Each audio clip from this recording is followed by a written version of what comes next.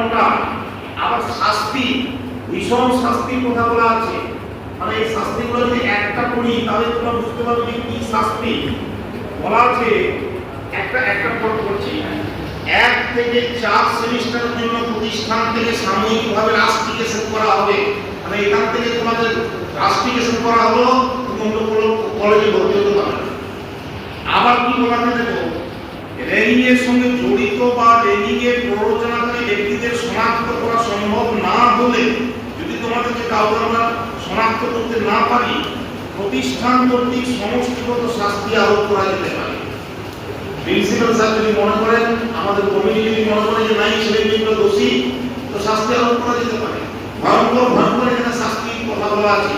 আমি সিঙ্গার এখানে বলছি না, যে বিষয়টা বলা সেটা হচ্ছে কি, এই কলেজটায় শিক্ষক আছে, প্রিন্সিপাল স্যার আছে, ছাত্রছাত্রী আছে এবং অফিস স্টাফ আছে, ছাত্র সহযোগী কর্মচারী আছে।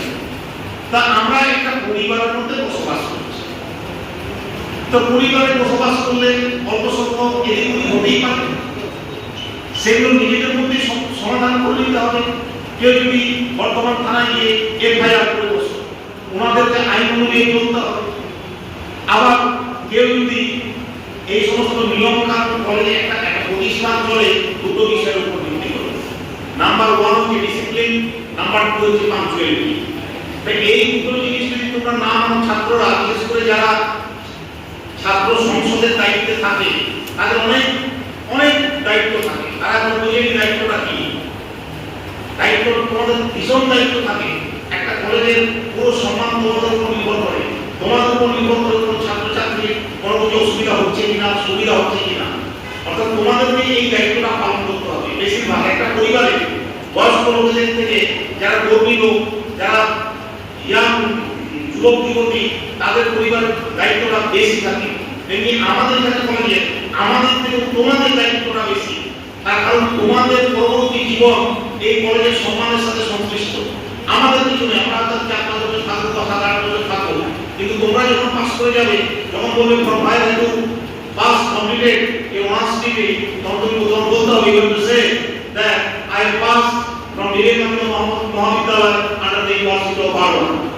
বিবেকানন্দ ইউনিভার্সিটি, বিবেকানন্দ বিশ্ববিদ্যালয়, বিবেকানন্দ কলেজ যে 12 থেকে বঞ্চিত হয়েছে, তখন কি হবে তোমার অবস্থা? তো এই বিষয়গুলো আজকে আমরা অনুষ্ঠানের শেষ পর্বে চলে এসেছি। যারা এতক্ষণ ধৈর্য ধরে সমগ্র অনুষ্ঠানটি মন দিয়ে শুনলেন, তাদের সকলকে অনেক ধন্যবাদ। 1 সপ্তাহ ধরে এই কলেজে চলবে এই অ্যান্টি র্যাগিং সপ্তাহ।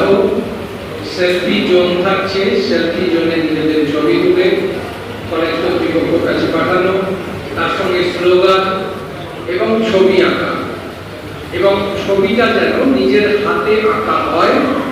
চ্যাটজিপিটি, জেমিনি থেকে আইডিয়া নেওয়া যেতে পারে, কিন্তু সেইখান থেকে পুরো ছবিটা প্রিন্ট আউট করে জমা দিলে হবে না।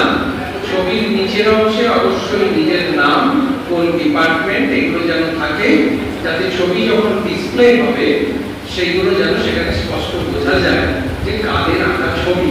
তার উপরে সমগ্র বিচার প্রক্রিয়া থাকবে এবং তোমরা সেখান থেকে 18 তারিখ যারা সিলেক্টেড হবে তারা পুরস্কৃত হবে।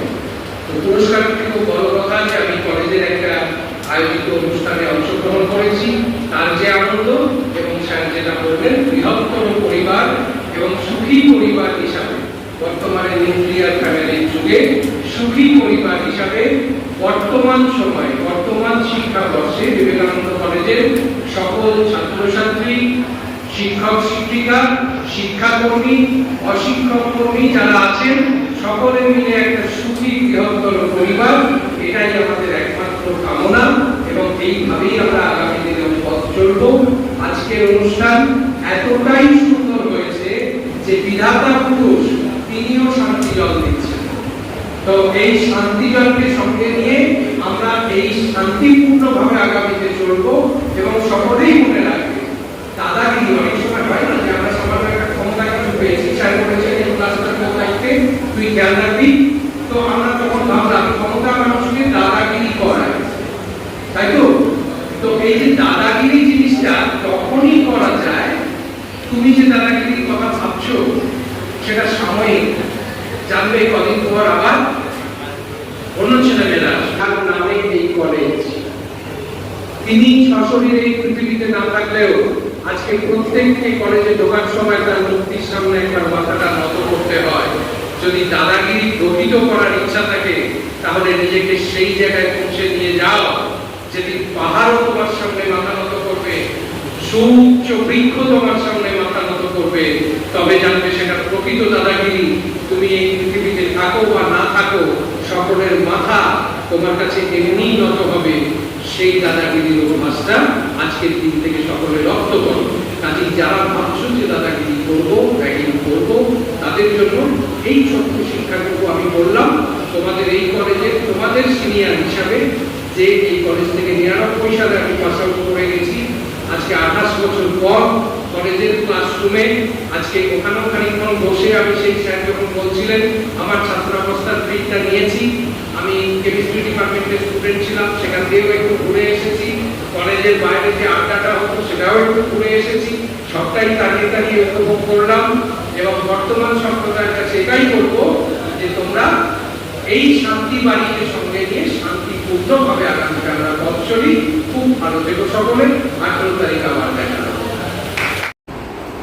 কলেজগুলিকে র্যাগিং মুক্ত করার জন্য বিশ্ববিদ্যালয় মঞ্জুরি কমিশন সর্বদা চেষ্টা করছে।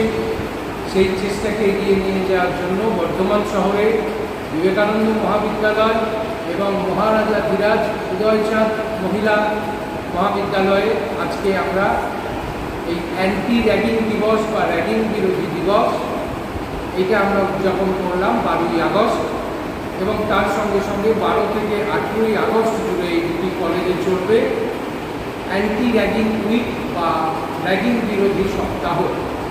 এই সারা সপ্তাহ ধরে দুই কলেজের ছাত্রছাত্রী র্যাগিং এটাকে কলেজ ক্যাম্পাস থেকে সম্পূর্ণরূপে উৎখাত করার জন্য কী করা যেতে পারে সে বিষয়ে পরামর্শ দিয়ে স্লোগান লিখবে, ছবি আঁকবে এবং সেই সমস্ত বিষয়গুলিকে বিচার করে আবার 18 তারিখ দুই কলেজেই সমাপ্তি অনুষ্ঠান হবে এবং সেখানেও বর্ধমান সদর পেয়ারা নিউট্রিশন ওয়েলফেয়ার সোসাইটির একটা অ্যাক্টিভ পার্টিসিপেশন থাকবে এবং যে সমস্ত ছাত্রছাত্রীরা সুন্দরভাবে স্লোগান লিখে জমা দেবে, সুন্দরভাবে ছবি এঁকে নতুন আইডিয়া আমাদের কাছে তুলে ধরবে, তাদেরকে পুরস্কৃত করা হবে। তো প্রত্যেকটি কলেজ ক্যাম্পাসে গুরুত্ব সহকারে এই দিবসটি পালিত হওয়া একান্তভাবে আবশ্যক এবং সমগ্র ভারতবর্ষ জুড়ে, সমগ্র বিশ্ব জুড়ে কোথাও কোনো শিক্ষা প্রতিষ্ঠানে যেন র্যাগিংয়ের আর কোনো নামগন্ধ না থাকে সেই বার্তা আমরা এই অনুষ্ঠানের মধ্যে দিয়ে তুলে ধরতে চাইছি। আমি সোসাইটির সম্পাদক প্রলয়।